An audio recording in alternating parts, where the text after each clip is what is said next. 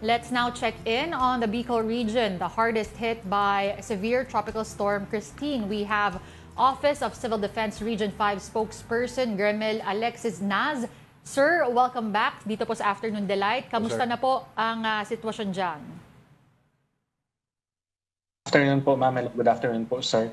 Currently, improving na rin naman talaga yung weather po namin dito. But still, ongoing po ang response operations din po namin to provide assistance to the population na talagang sobrang naapektuhan po. Sir, is there an update po with the number of casualties that you have there? Currently po ay nasa 45 po ang reported po na namatay dito po sa Bicol region, and currently undergoing validation of the management of the dead and the missing cluster. And we also have 4 missing fishermen from Masbate and Presentacion, Camarines Sur, and 28 reported injured individuals from Camarines Norte, Catanduanes, and Masbate po. Yung ilog, sir, halimbawa, yung ilog sa Naga, yung Naga River, kamusta ho ba? Bumaba na ho ba, sir? Tubig? Currently, sir, reported po siya sa amin as receding. And dun sa latest report naman po ni Naga City sa amin ay reported as still flooded yung Siam sa barangays po. Oh, wow. Sir, yung ano po yung mga areas that are still flooded? Ilang barangay po yan at ano-ano po yun? Sa ngayon po, may nag-report po sa amin na mga flood. As of today po, may mga flooded areas pa rin po na nasa 477 or galing po yan sa 33 na LGUs po dito po sa Bicol region, and 31 of which ay nasa Camarines Sur po. Okay, sir, kung halimbawa wala na namang bumubuhos ng malaking volume ng ulan, ano raw ho ba yung posibleng paliwanag kung bakit walang madaluyan, walang malabasan, walang ma-exitan ng tubig, sir?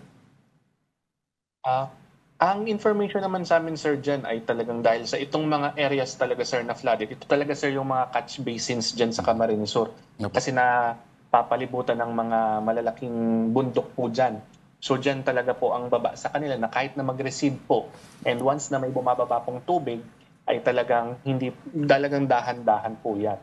And hopefully, sir, ay sa mga susunod na araw ay ma-report na rin po yung iba sa amin as subsided, since ongoing pa rin naman po ang response operations and kami po ay nangungulit din for information on the ground. Pero alam naman kasi namin na they're very busy talaga po eh. So hindi naman talaga namin mapilit na agad-agad makapagbigay po sila ng report kasi baka pagod na rin yung personnel natin working on the ground po. Opo. May mga bahagi pa ho ba ng Kabikulan na hindi pa rin po nararating ng mga rescuers, sir? Meron tayo, sir, na mga areas na hindi madaling mapasok, sir, by land. But we're very thankful po for the Philippine Air Force and the Armed Forces of the Philippines po, gaya dyan sa Balatan, Camarines Sur, na binababa po natin yung relief goods dyan po sa Naga City Airport. Then, kapag na plano na po ulit, ay lilipad po sila. So, ang alam ko, pangatlong araw na ata or pangalawa na sunod-sunod yung paglipad po nila papunta sa Balatan. Sir, kanina you mentioned 477 yung areas that are still currently flooded right now, and meron din pong mga areas na hindi pa po accessed by land. Ano pong estimation natin? How soon are we expecting the clearing operations to last and actually be completed po? We're expecting po sooner kasi na yung talagang team din ng DPWH ay talagang puspusan po yung ongoing clearing nila, lalo na dyan po sa Balatan Road. And dito naman po sa part sa Libon, papunta naman po sa Pantaw, ay meron din po tayong mga personnel din po, especially from the DPWH, na ginagawa po nila ang kanilang makakaya para maklear. Kahit one lane passable lang po na maklear natin as long as makapenetrate po yung land assets natin. Okay, sir, I hope you don't mind me asking this, pero tinanong ko po sa isang rin dati. Yung Albay dati, specifically Albay has prided itself as zero casualties pagdating. Kahit sa mga malalakas po na mga bagyo po, meron ho bang kakaibang ginawa halimbawa yung LGU po sa pagkakataong ito, or extraordinary talaga itong si Christine, sir?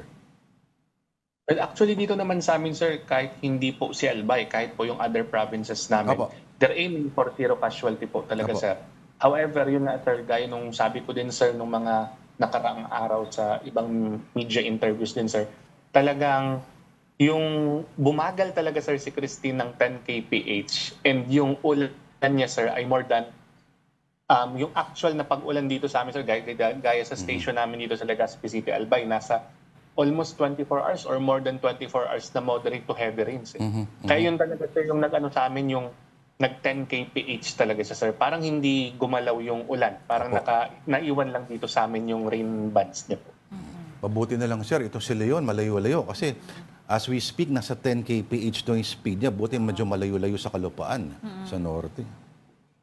Yep. Yun din, sir. And continuous coordination naman po kami, sir, gaya sa Catanduanes. Since may tropical cyclone wind signal sa kanila, ay hindi po makakabiyahe yung mga barko to and from Catanduanes. But we're still maintaining naman po continuous coordination with them. All right. Denise? Maraming salamat po. Again, that was Office of Civil Defense Region 5 spokesperson, Mr. Gremel Alexis Nas. Thank you, sir. Thank you din.